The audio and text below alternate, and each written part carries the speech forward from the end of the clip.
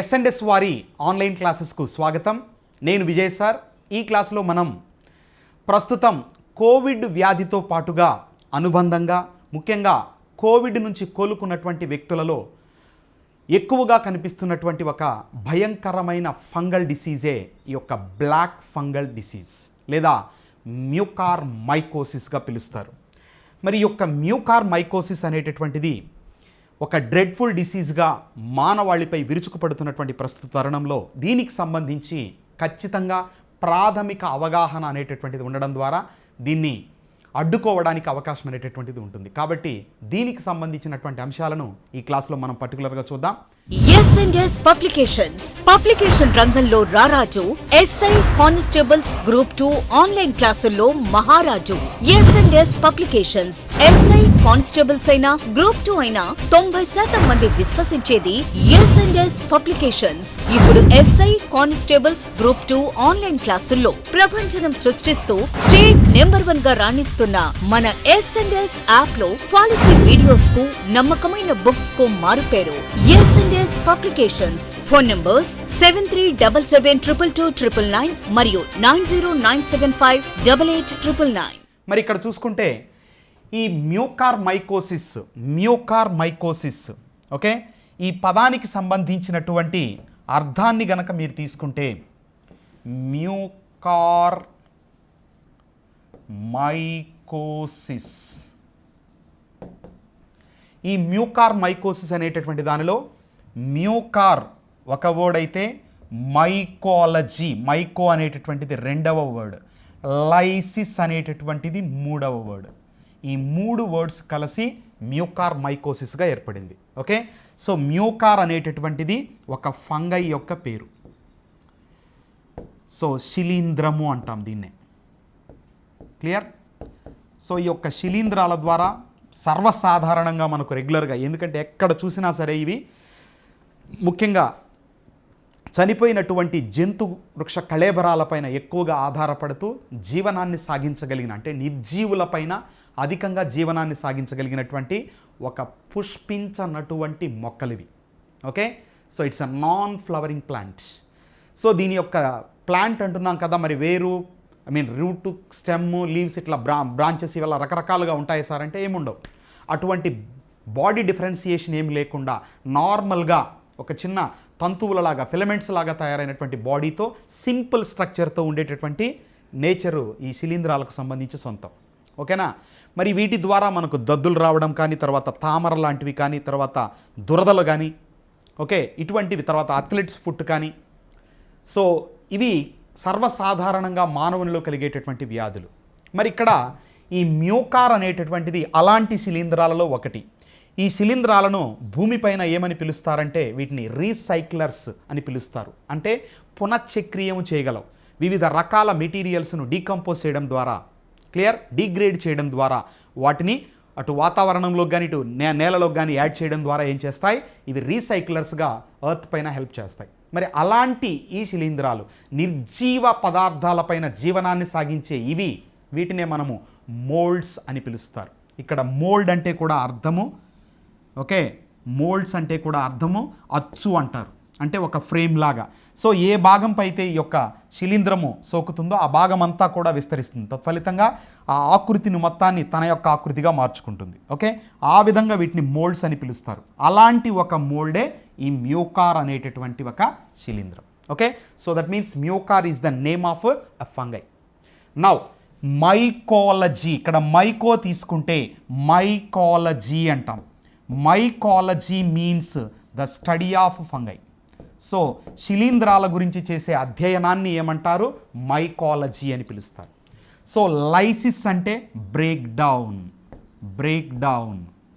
Okay, lysis means break down, విచ్ఛిన్నము అంటున్నాం. మరి ఈ మ్యూకార్ అనేటటువంటి ఒక శిలీంధ్రము చేసేటటువంటి విచ్ఛిన్నాన్ని, బ్రేక్ డౌన్నే మనము ఒక పర్టికులర్ వ్యాధిగా చెప్తున్నాం. That is called Mucor mycosis.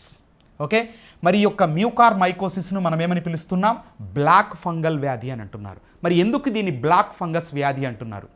ఈ వ్యాధి, ఈ శిలీంధ్రము సోకినటువంటి ప్రాంతం అంతా కూడా కణజాలము టిష్యూ మొత్తం ఏమవుతుందంటే నిర్జీవంగా మారుతుంది, డెడ్ అయిపోతుంది. ఎప్పుడైతే అక్కడ నిర్జీవంగా మారిపోయిందో నలుపు ఆకృతిని సంతరించుకుంటుంది. కాబట్టి ఇక్కడ కనిపించేటటువంటి సిమ్టమ్స్ను బేస్ చేసుకున్నప్పుడు దానికి బ్లాక్ ఫంగస్ డిసీజ్గా పేరు పెట్టడం అనేటటువంటిది జరిగింది. మరి దీనికి సంబంధించి మే 9th 2021 ఓకేనా, మే 9th పర్టికులర్గా ఇక్కడ ICMR మరియు హెల్త్ మినిస్ట్రీ వారు ఏం చేశారంటే ఈ బ్లాక్ ఫంగస్ యొక్క ట్రీట్మెంట్కు సంబంధించి ప్రత్యేక గైడ్లైన్స్ను కూడా విడుదల చేయడం జరిగింది. సో యాజ్ ఆఫ్ నౌ ఈరోజు ఉన్నటువంటి సమాచారం ప్రకారం మనం పర్టికులర్గా తీసుకుంటే దీనిని ఒక ఎపిడమిక్ వ్యాధిగా, ఓకే, ఈ యొక్క బ్లాక్ ఫంగస్ను ఒక ఎపిడమిక్ డిసీజ్గా, ఎపిడమిక్ వ్యాధిగా డిక్లేర్ చేయడం అనేటటువంటిది జరిగింది. సో ఎపిడమిక్ వ్యాధి అంటే అర్థము ఒక నిర్దిష్ట భౌగోళిక ప్రాంతంలో ఎక్కువ మందికి గనక ఒక వ్యాధి సోకితే దాన్ని మనము ఎపిడమిక్ వ్యాధి అంటాం. అది గనక ఖండాంతర్గతంగా ప్రపంచవ్యాప్తంగా వస్తే దానిని మనము పాండమిక్ వ్యాధిగా చెప్తారు. మరి దీనిని ఒక ఎపిడమిక్ వ్యాధిగా, ఓకేనా, ప్రత్యేకించి epidemic diseases act, epidemic diseases act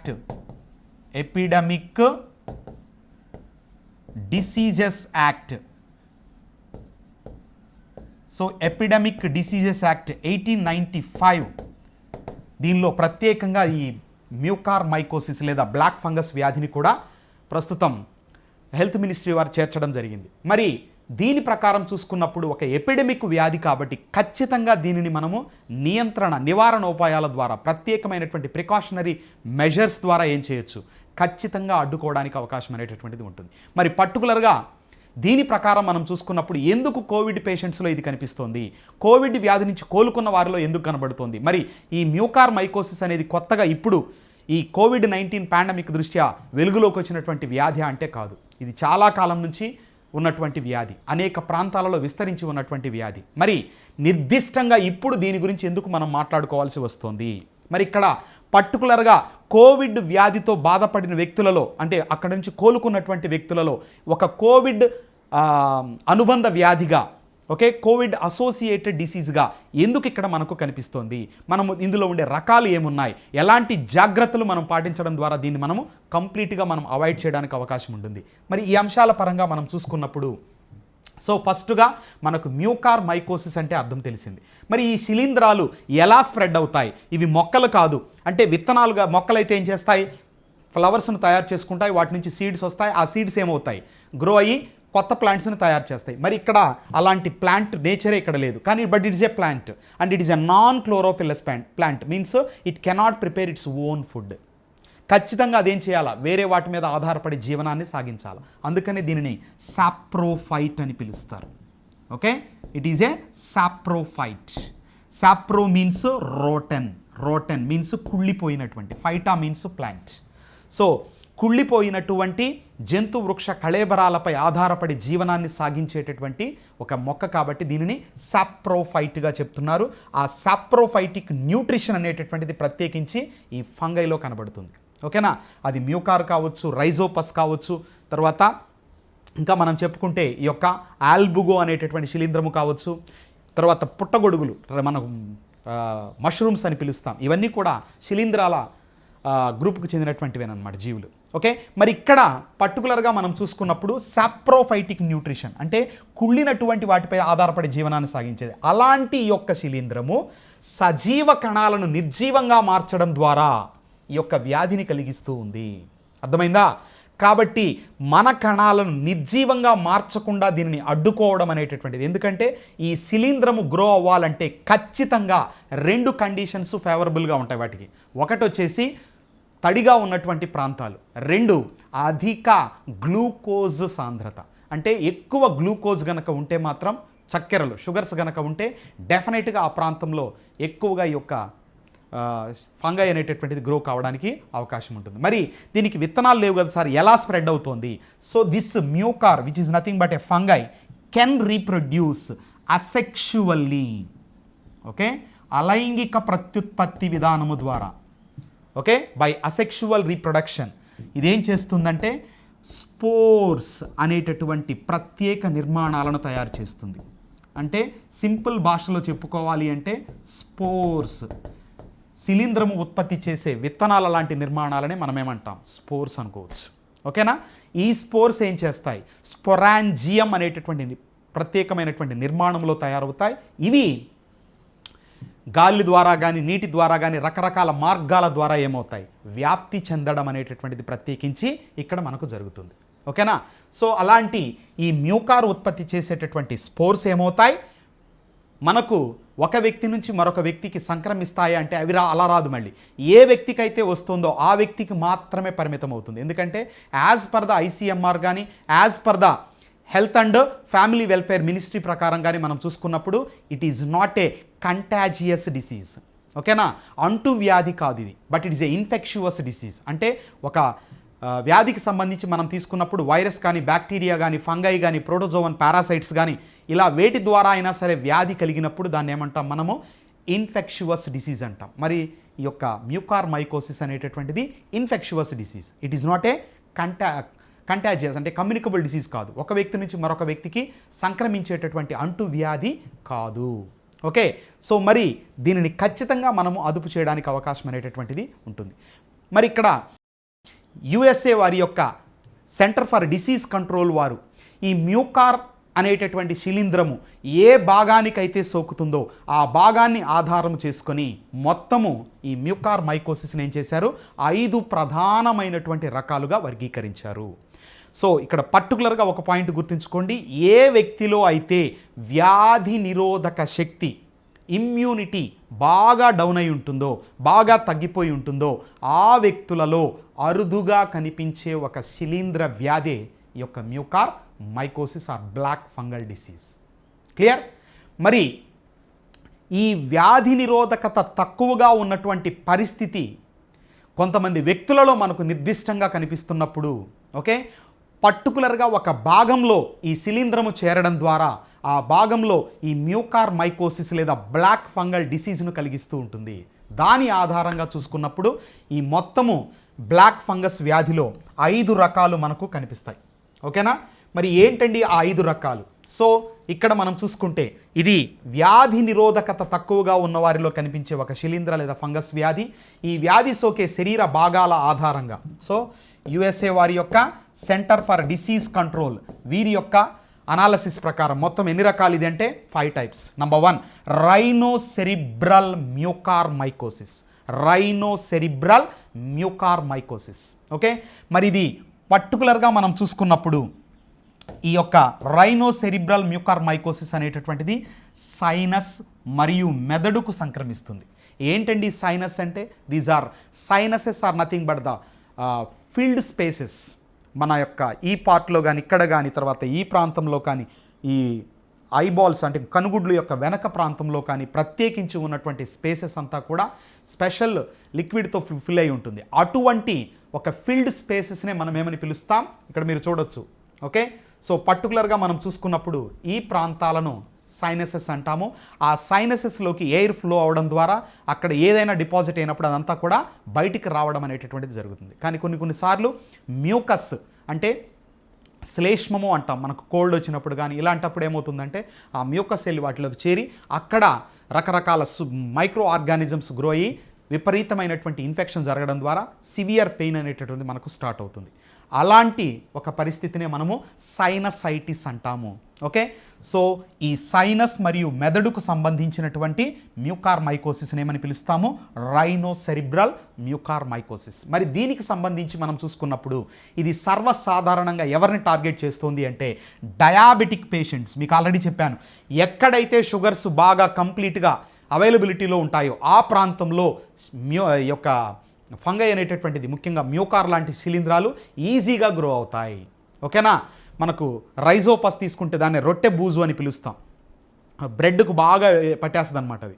so అలాగా నిర్దిష్టంగా షుగర్స్ బాగా అవైలబిలిటీలో ఉంటాయి. మరి ఇక్కడ డయాబెటిక్ పేషెంట్స్లో మరి ఎవరు ఆ డయాబెటిక్? Uncontrolled diabetic. అది ఇక్కడ ఇంపార్టెంట్. ఎవరిలో అయితే డయాబెటీస్ అనేది కంట్రోల్డ్గా ఉంటుందో వాళ్ళకి సంబంధం లేదండి, కేవలం uncontrolled. Next kidney transplantation, kidney మార్పిడి చేసుకున్నటువంటి వ్యక్తులు అంటే ఆర్గాన్ ట్రాన్స్ప్లాంటేషన్ చేసేటప్పుడు కూడా ఇమ్యూనిటీని బాగా డౌన్ చేయడం అనేటటువంటిది జరుగుతుంది. సో దట్ అక్కడ వాళ్ళల్లో అవకాశం ఉంటుంది. మరి ఈ రైనోసెరిబ్రల్ మ్యూకార్మైకోసిస్లో ప్రత్యేకించి మనం చూసుకున్నప్పుడు ఒకవైపు తలనొప్పి, హాఫ్ సైడ్ అనమాట, అంటే వన్ సైడెడ్ హెడేక్ అనేది చాలా కామన్గా కనిపించేటటువంటి సిమ్టమ్. ఓకే, సో ఇది ఈ సైనసెస్ ద్వారా ఏమవుతుంది, చివరకు బ్రెయిన్కు కూడా స్ప్రెడ్ అయిపోతుంది. తత్ఫలితంగా బ్రెయిన్లో ఉన్నటువంటి పరిస్థితుల వల్ల మనకేమవుతుంది, వన్ సైడెడ్ హెడేక్ అనేది మనకు చాలా తీవ్ర స్థాయిలో ఉంటుంది. దాంతోపాటు సైనసైటిస్ కానీ, నెక్స్ట్ ఇక్కడ నేజల్ డిశ్చార్జ్ తీసుకున్నప్పుడు అంటే ముక్కు నుంచి కారేటటువంటిది కూడా నలుపు రంగులో కారడం అనేటటువంటిది ప్రత్యేకంగా మనకి ఇక్కడ కనిపిస్తుంది. ఓకే, నెక్స్ట్ నోటి పైభాగంలో పుండ్లు. సో ఇక్కడ కనుక మీరు తీసుకుంటే బ్లాక్ కలర్లో స్పాట్స్ అనేటటువంటివి ఆ పైభాగంలో కనబడతాయి. సో దీని ఆధారంగా ఖచ్చితంగా మనం ఏం చేయొచ్చు, ఈ యొక్క మ్యూకార్మైకోసిస్ను ఐడెంటిఫై చేయడానికి అవకాశం అనేటటువంటిది ఉంటుంది. ఎర్లీ డిటెక్షన్ అనేటటువంటిది చాలా చాలా చాలా ఇంపార్టెంట్.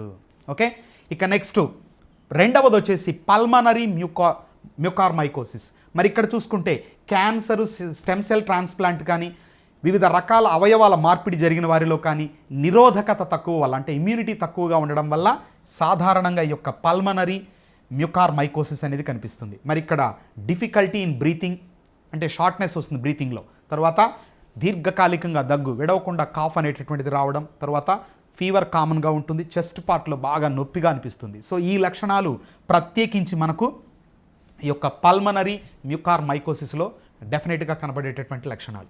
ఓకే, ఇక థర్డ్ తీసుకుంటే థర్డ్ది వచ్చేసి గ్యాస్ట్రో ఇంటెస్టైనల్ మ్యూకార్మైకోసిస్. అంటే ఇది కంప్లీట్గా ఎలిమెంటరీ కెనాల్కు సంబంధించింది, జీర్ణనాళానికి సంబంధించినటువంటి ప్రత్యేక ఇన్ఫెక్షన్. మరి ఇక్కడ ఏం జరుగుతుంది, ఇది ప్రధానంగా ప్రీమెచ్యూర్ బేబీస్ నందు, ఇమ్యూనిటీ తక్కువ ఉన్న దీర్ఘకాలిక మందులు వాడుతున్న పిల్లలలో సర్వసాధారణంగా కనిపించేటటువంటి ఒక ప్రత్యేక మ్యూకార్మైకోసిస్ రకం.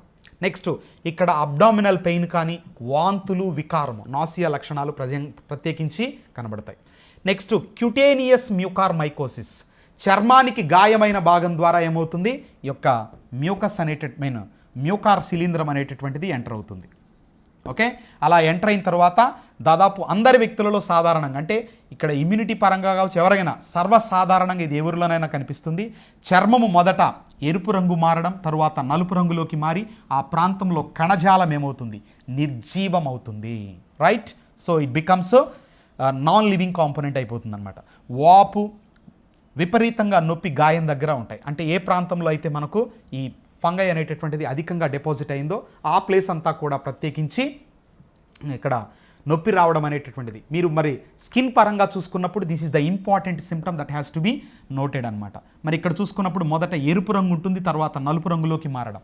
క్లియర్, అంటే చూసినప్పుడు నార్మల్గానే అనిపిస్తుంది స్కిన్, బట్ స్లోగా ఏమైపోతుందంటే గ్రాడ్యువల్గా రెడిష్గా టర్న్ అయిపోయి next completely turns to black colour. ఇక నెక్స్ట్ ఐదవది వచ్చేసి డిసెమినేటెడ్ మ్యూకార్మైకోసిస్. ఈ యొక్క డిసెమినేటెడ్ మ్యూకార్మైకోసిస్ తీసుకున్నప్పుడు ఇది ఒక ప్రాంతం నుంచి మరొక ప్రాంతానికి వ్యాపించేటటువంటి రకం. జనరల్గా ఈ మ్యూకార్మైకోసిస్ పరంగా చూసుకున్నప్పుడు ఆ పరిస్థితి ఉండదు, బట్ సివియారిటీ పెరిగినప్పుడు ఇదేమవుతుందంటే బ్లడ్ ద్వారా కూడా ట్రాన్స్ఫర్ అయ్యేటటువంటి పరిస్థితి ఉంటుంది. ఓకేనా, అంటే బ్లడ్ ద్వారా ఏమవుతుంది, ఒక పార్ట్ నుంచి మరొక పార్ట్కి వెళ్ళిపోయి అక్కడ కూడా ఇన్ఫెక్షన్ కలిగిస్తుంది. So this is going to be a very fatal, అంటే ఖచ్చితంగా ఇదేమవుతుందంటే కోమాలోకి వెళ్ళి వ్యక్తులు మరణించడానికి అవకాశం ఉండేటటువంటి ఒక డ్రెడ్ఫుల్ టైప్ అనమాట. ఓకేనా, సో కాబట్టి ఇక్కడ disseminated mucormycosis it is the rarest one, and అది కనుక వచ్చిందంటే మాత్రం డెఫినెట్గా the person will be very close to the death, door steps of the death అనమాట. ఓకే, మరి వీటిలో మనం చూసుకున్నప్పుడు ఇవి జనరల్గా ఉండేటటువంటి 5 టైప్స్.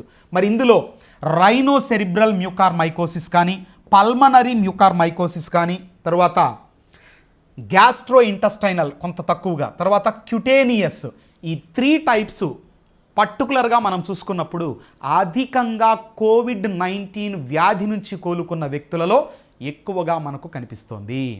ఓకేనా, మరి ఇక్కడ స్కిన్ పరంగా మనం చూసుకున్నప్పుడు క్యూటేనియస్ మ్యూకార్మైకోసిస్లో భాగంగా మనకు చర్మము ఎలాగైతే బాడీ అంతా కూడా కవర్ అయ్యిందో అదేవిధంగా కనుగుడ్డు పైన కూడా మనకు చర్మము యొక్క లేయర్ అనేటటువంటిది ఉంటుంది.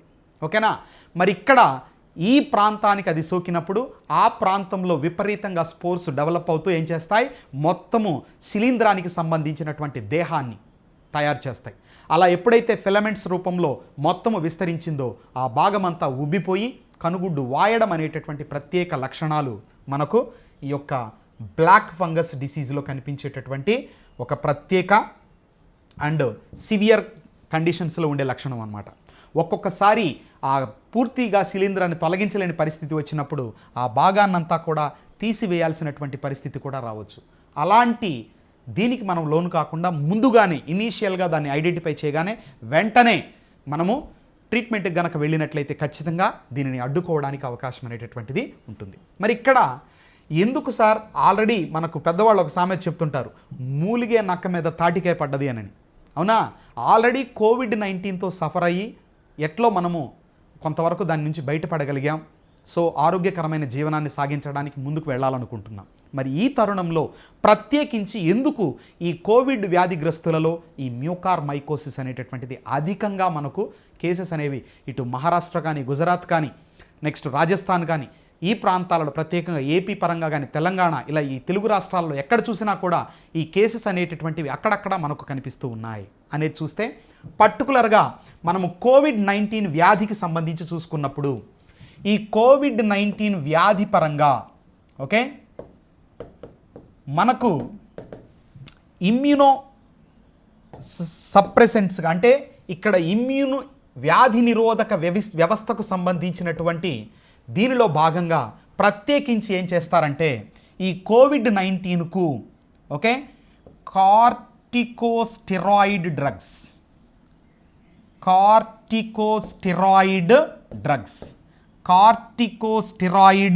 డ్రగ్స్ అనేటటువంటివి ప్రత్యేకించి వాడడం అనేటటువంటిది జరుగుతుంది. మరి ఈ యొక్క కార్టికోస్టెరాయిడ్ డ్రగ్స్ అనేటటువంటివి వాడినప్పుడు జనరల్గా బ్లడ్ యొక్క గ్లూకోజ్ లెవెల్ ఏమవుతుంది, అబ్నార్మల్గా ఇంక్రీజ్ అవుతుంది. ఓకే, సో ఈ కార్టికోస్టెరాయిడ్ డ్రగ్స్ వాడితేనే మనము ఈ వైరస్కు సంబంధించినటువంటి పరిస్థితుల నుంచి బయటపడడానికి అవకాశం ఉంటుంది. మరి దీనికి సంబంధించి మనము విపరీతంగా వీటిని వాడుకోవడం ద్వారా ఏమవుతుంది, గ్లూకోజ్ లెవెల్స్ బ్లడ్లో అబ్నార్మల్గా ఇంక్రీజ్ అవుతాయి. సో ఈ కోవిడ్ పరంగా మనం చూసినప్పుడు మనకు కనిపించేటటువంటి దాదాపు 70% పైబడి కేసులలో అధికంగా ఈ డయాబెటిస్ అనేటటువంటిది ప్రత్యేకించి కనబడుతూ ఉంది.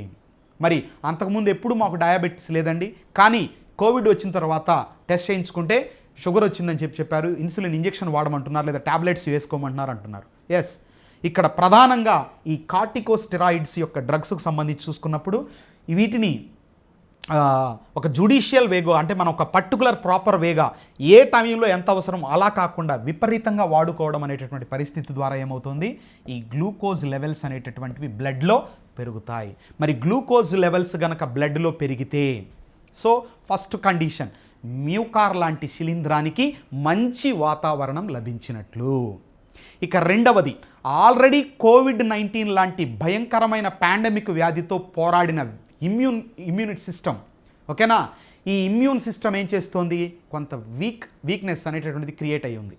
ఓకేనా, ఎప్పుడైతే ఈ యొక్క వీక్నెస్ అనేటటువంటిది బాడీలో ఉందో, ఒకవైపేమో హై అమౌంట్స్ ఆఫ్ షుగర్స్ అనేవి అవైలబిలిటీలో ఉన్నాయి, మరోవైపు ఈ సూక్ష్మజీవులు మన శరీరంలోకి వచ్చినా సరే దానిని అడ్డుకునేటటువంటి ఇమ్యూన్ సిస్టమ్ మనలో యాక్టివ్గా లేదు. సో దట్ వాట్ హ్యాపెండ్, ఎప్పుడైతే ఇమ్యూన్ సిస్టమ్ బాగా సప్రెస్ అయ్యిందో, నెక్స్ట్ ఈ high amounts of glucose availability ఉందో, వెంటనే ఈ స్పోర్స్ అనేటటువంటివి ఏ ప్రాంతం అయితే అధికంగా వాటికి అనుకూలంగా ఉందో ఆ ప్రాంతానికి చేరుకుంటాయి. ఎందుకంటే ఇది గాలి ద్వారా ఉంటుంది, నీళ్ళల్లో ఉంటుంది, ఏ ప్రాంతంలోనైనా నివాసం చేయగలదు.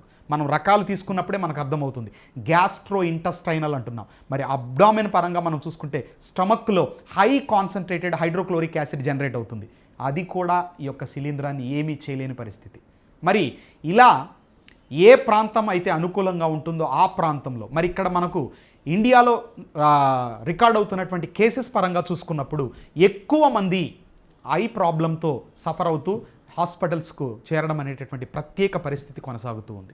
మరి ఈ పరిస్థితి ఎందుకు వస్తుందంటే ఈ స్పోర్స్ ఈజీగా ఆ ప్రాంతాలకు వెళ్ళడం అనేటటువంటిది. మరి ఈ విధంగా ఈ యొక్క కార్టికోస్టెరాయిడ్స్ లాంటి డ్రగ్స్ను విచ్చలవిడిగా లేదా అధిక మొత్తంలో మనం వినియోగం చేయడం ద్వారా, ప్రత్యేకించి అబ్నార్మల్గా గ్లూకోజ్ లెవెల్స్ బ్లడ్లో పెరగడం ద్వారా ఈ యొక్క మ్యూకార్మైకోసిస్ అనేటటువంటిది ప్రత్యేకించి కోవిడ్-19 వ్యాధి నుంచి కోలుకున్నటువంటి వ్యక్తులలో అధికంగా కనిపిస్తూ ఉంది. ఓకేనా? మరి దీనికి సంబంధించి ఎటువంటి జాగ్రత్తలు మనం తీసుకోవాలి, ఎటువంటి డ్రగ్స్ను మనం ఇక్కడ ప్రత్యేకించి యూజ్ చేయాలి? సో ఇక్కడ మనం చూసుకుంటే దీనికి సంబంధించి కొన్ని యాంటీ ఫంగల్ డ్రగ్స్ అనేటటువంటివి ప్రస్తుతం DCGI drugs control general of India వారు ఏం చేశారంటే కొన్ని రకాల యాంటీ ఫంగల్ డ్రగ్స్కు సంబంధించినటువంటి అనుమతులు కూడా మంజూరు చేయడం అనేటటువంటిది జరిగింది. మరి దాని పరంగా చూసుకున్నప్పుడు ఈ యొక్క యాంటీ ఫంగల్ డ్రగ్స్లో సమర్థవంతంగా మ్యూకార్మైకోసిస్ను అడ్డుకోగలిగినటువంటి ఒక డ్రగ్ ఏది అంటే యాంఫోటెరిసిన్. ఓకే, సో ఈ యొక్క యాంఫోటెరిసిన్ అనేటటువంటి డ్రగ్ను ప్రత్యేకించి Bharat serums and vaccines limited, ఇది ముంబై బేస్డ్ కంపెనీ, ఈ Bharat serums and vaccines limited company వారికి మొట్టమొదటిగా ఈ యాంఫోటెరిసిన్కి సంబంధించినటువంటి ఉత్పత్తి పరంగా అనుమతి అనేటటువంటిది లభించడం జరిగింది. సో ఈ యాంఫోటెరిసిన్ అనేటటువంటి యొక్క యాంటీ ఫంగల్ డ్రగ్ను ప్రత్యేకించి దీనికి వాడతారు. ఇక దీనితో పాటుగా మరొక important anti fungal drug especially for mucormycosis తీసుకుంటే దట్ ఈస్ కాల్డ్ ఇసావకోనజోల్. ఓకే, ఈ ఇసావకోనజోల్ అనేటటువంటి డ్రగ్ కూడా ఒక యాంటీ ఫంగల్ డ్రగ్గా ప్రత్యేకించి మనం ఉపయోగించవచ్చు. అంటే యాంటీ ఫంగల్ డ్రగ్స్ చాలా ఉన్నాయండి, బట్ వాటిని ఏవి కూడా సమర్థవంతంగా యొక్క మ్యూకార్మైకోసిస్ను అడ్డుకునే పరిస్థితి కాదు. ప్రత్యేకించి యొక్క యాంఫోటెరిసిన్ బి కానీ తర్వాత ఇసావకోనజోల్ అనేటటువంటి డ్రగ్స్ ఎక్కువగా మనం ఉపయోగించడానికి అవకాశం ఉంది. మరి ఇది నివారించడానికి అనుకూలమైనటువంటి వ్యాధి కాబట్టి ఎటువంటి నివారణ చర్యలు ప్రత్యేకించి మనం ఇక్కడ చేపట్టవచ్చు, తద్వారా ఈ వ్యాధి యొక్క బారి నుంచి మనం పడకుండా మనల్ని కాపాడుకోవచ్చు. So the first and foremost thing is keep blood sugar under check, COVID or no COVID. So మనము కోవిడ్ పేషెంట్స్ కాకపోయినా సరే మనం ఏం చేయాలి, బ్లడ్ షుగర్ను అండర్ కంట్రోల్లో ఉంచుకునేటట్టు చూసుకోవాలి. Use steroids judicially while treating covid. Okay, మరి use clean water in humidifier used for O2 support. సో మనకి ఇక్కడ కోవిడ్లో O2 ఆక్సిజన్ యొక్క డెఫిషిట్ అనేటటువంటిది ఎక్కువగా ఉంటుంది కాబట్టి దానికి సంబంధించి వాడేటటువంటి హ్యూమిడిఫైయర్స్ కూడా ప్రత్యేకించి మనము క్లీన్ చేసుకోవడం అనేది. Maintain overall cleanliness around patients. Okay, so Covid వ్యాధితో బాధపడుతున్న సమయంలో కానీ కోవిడ్ నుంచి కోలుకున్న తర్వాత కానీ life style, very good life style అనమాట. ఇన్ఫ్యాక్ట్ హెల్దీ లైఫ్ స్టైల్ను మనం కనుక చేయగలిగితే, ప్రాక్టీస్ చేసుకోగలిగితే, మంచి పౌష్టికాహారంతో కూడినటువంటి ఆహార పదార్థాలు తీసుకోవడం కానీ, క్లీన్లీనెస్ను మెయింటైన్ చేయడం కానీ, పర్సనల్ హైజీన్ అనేటటువంటిది పాటించడం కానీ ప్రత్యేకంగా చేసినట్లయితే ఈ యొక్క మ్యూకార్మైకోసిస్ను అడ్డుకోవడానికి అవకాశం ఉంటుంది. Next, any oral ulcer should be treated immediately. ఓకేనా, ఓరల్ అల్సర్స్ వచ్చినప్పుడు ఖచ్చితంగా వాటిని ఏం చేయాలి, వెంటనే మనము ట్రీట్ చేయాల్సినటువంటి అవసరం. అది ప్రైమరీ స్టేజ్లో ఉన్నప్పుడే సర్వసాధారణంగా మనకి ఇంట్లో దొరికే కొన్ని వాటి ద్వారా కూడా మనం యొక్క అల్సర్స్ను కంట్రోల్ చేయడానికి, అంటే ప్రైమరీ స్టేజ్లో ఉన్నప్పుడే కొంచెం లైట్గా సాల్ట్ కానీ తర్వాత ఈ పసుపు కనుక మిక్స్ చేసుకొని కొంచెం లైట్గా దాన్ని కనుక అప్లై చేయగలిగితే డెఫినెట్గా అదేమవుతుందంటే ఆ ప్రాంతం అంతా కూడా హై కాన్సన్ట్రేటెడ్ సొల్యూషన్ లిక్విడ్ అనేది తయారు కావడం ద్వారా ఈ ఫంగై లాంటివి ఏమవుతాయంటే ఈజీగా చనిపోవడానికి అవకాశం అనేటటువంటిది ఉంటుంది. అంటే ఫర్దర్ గ్రోత్ అనేది ఆగిపోతుంది. అలా సింపుల్ మెజర్మెంట్స్ చేయడం ద్వారా. సో వీటితో పాటుగా ప్రత్యేకించి మనం చూసుకున్నప్పుడు మనం కూలర్స్ వాడుతాం. ప్రస్తుతం సమ్మర్ సీజన్ కాబట్టి ఏం చేస్తుంటారు, కూలర్స్ వాడుతూ ఉంటారు. మరి ఈ కూలర్స్ వాడేటప్పుడు ఈ కూలర్స్ అనేటటువంటివి ప్రత్యేకించి ప్యాడ్లను కలిగి ఉంటాయి. ఈ ప్యాడ్స్ను మనం సరిగా క్లీన్ చేయకపోయినా, ఓకేనా, స్టాక్ ఉన్నటువంటి వాటర్ను పదే ఉపయోగిస్తున్నప్పుడు ఈ స్పోర్స్ స్ప్రెడ్ అవ్వడానికి అవకాశం ఉంటుంది. సో ఒక పక్క ఎండ తీవ్రత వల్ల స్వెట్టింగ్ అనేది ఎక్కువగా ఉండవచ్చు. మరి స్వెట్టింగ్ నుంచి మనల్ని కాపాడుకోవడం కోసం, ఎండ తీవ్రత నుంచి మనల్ని కొంతవరకు ఉపశమనం పొందడం కోసం ఏం చేస్తుంటాం, ఈ కూలర్స్ పెట్టుకుంటాం. మరి కూలర్స్ పెట్టుకోవద్దు అని అనట్లేదండి ఇక్కడ, కానీ ప్రత్యేకించి యొక్క కోవిడ్-19 ఎవరైతే వ్యాధి నుంచి కోలుకొని ఉన్నారో వారు వీటికి దూరంగా ఉండడం కొంతవరకు ఉత్తమమైనటువంటి పని. ఓకే, సర్వసాధారణ బాడీ యాక్టివిటీస్ వచ్చేంత వరకు, రెగ్యులర్గా నార్మల్గా యాక్టివిటీస్ అన్ని పర్ఫెక్ట్ అయ్యేంత వరకు, if you are keep away from all these things, definitely ఈ యొక్క మ్యూకార్మైకోసిస్ రాకుండా అడ్డుకోవడానికి అవకాశం అనేటటువంటిది ఉంటుంది. ఓకే, సో ఇలాంటి జాగ్రత్తలు ప్రత్యేకించి మనం తీసుకోవడం ద్వారా దీన్ని ఎట్టి పరిస్థితుల్లో కూడా రాకుండా చేయడానికి ప్రత్యేక అవకాశాలు అనేటటువంటివి ఉంటాయి. మరి లక్షణాల పరంగా చూసుకున్నప్పుడు కన్ను కనుక రెడ్నెస్ టర్న్ అవుతున్నా, ఐస్ కానీ నోస్ కానీ ఇటువంటి వాటిలో నేజల్ డిశ్చార్జ్లో ఏదైనా తేడా వస్తున్నా, ఫీవర్ ఉన్నా, హెడాక్ ఉన్న, తర్వాత కాఫ్ వెడవకుండా వస్తున్నా, నెక్స్ట్ షార్ట్నెస్ ఆఫ్ బ్రీతింగ్ ఉన్నా, బ్లడీ వామిటింగ్స్ అంటే రక్తముతో కూడుకున్నటువంటి వాంతులు ప్రత్యేకించి, నెక్స్ట్ ఆల్టర్డ్ మెంటల్ స్టేటస్ అన్నమాట. సో ఇలాంటి పరిస్థితులు మనకున్నప్పుడు ఇమ్మీడియట్గా డాక్టర్ను కన్సల్ట్ అవ్వడం ద్వారా ప్రైమరీ స్టేజ్లోనే ఈ యొక్క మ్యూకార్మైకోసిస్ను ఐడెంటిఫై చేయగలిగితే ఖచ్చితంగా ఈ వ్యాధిని మనము పూర్తి స్థాయిలో అడ్డుకొని మన శరీరం నుంచి తరిమి వేయడానికి అవకాశం అనేటటువంటిది ఉంటుంది. ఓకేనా? సో కాబట్టి అందరూ కూడా ప్రత్యేకించి దీనికి సంబంధించినటువంటి అవగాహనను పెంపొందించుకోవడం ద్వారా మనం చూస్తున్నప్పుడు భయంకరమైనటువంటి పిక్చర్స్ మనకు కనబడతాయి. బట్ వీటన్నిటిని కూడా మనం దృష్టిలో ఉంచుకోవాల్సిన అవసరం లేదు. అందరిలో ఈ వ్యాధి వస్తుందంటే రాదు. తర్వాత దీనికి సంబంధించిన గుడ్ న్యూస్ ఏంటి అంటే ఇది అంటువ్యాధి కాదు. కాబట్టి ఎట్టి పరిస్థితుల్లో ఇతరులకు ఒక వ్యక్తి నుంచి మరొక వ్యక్తికి సంక్రమించేది కాదు. కాబట్టి పర్సనల్ హైజీన్ను మెయింటైన్ చేయడం ద్వారా పూర్తి స్థాయిలో ఈ వ్యాధికి మనము అడ్డుకునేటటువంటి అవకాశం ఉంది. కాబట్టే ఇటువంటి చర్యలు చేపట్టడం ద్వారా పూర్తి స్థాయిలో ఈ యొక్క బ్లాక్ ఫంగస్ లేదా మ్యూకార్మైకోసిస్, దీన్నే మనము జైగోమైకోసిస్ అని కూడా పిలుస్తాం, ఇది అడ్డుకునే అవకాశం అనేటటువంటిది మనకు కలుగుతుంది. ఓకే, సో ఇదండి ఈ యొక్క మ్యూకార్మైకోసిస్ లేదా బ్లాక్ ఫంగస్ వ్యాధికి సంబంధించినటువంటి సమగ్ర సమాచారం.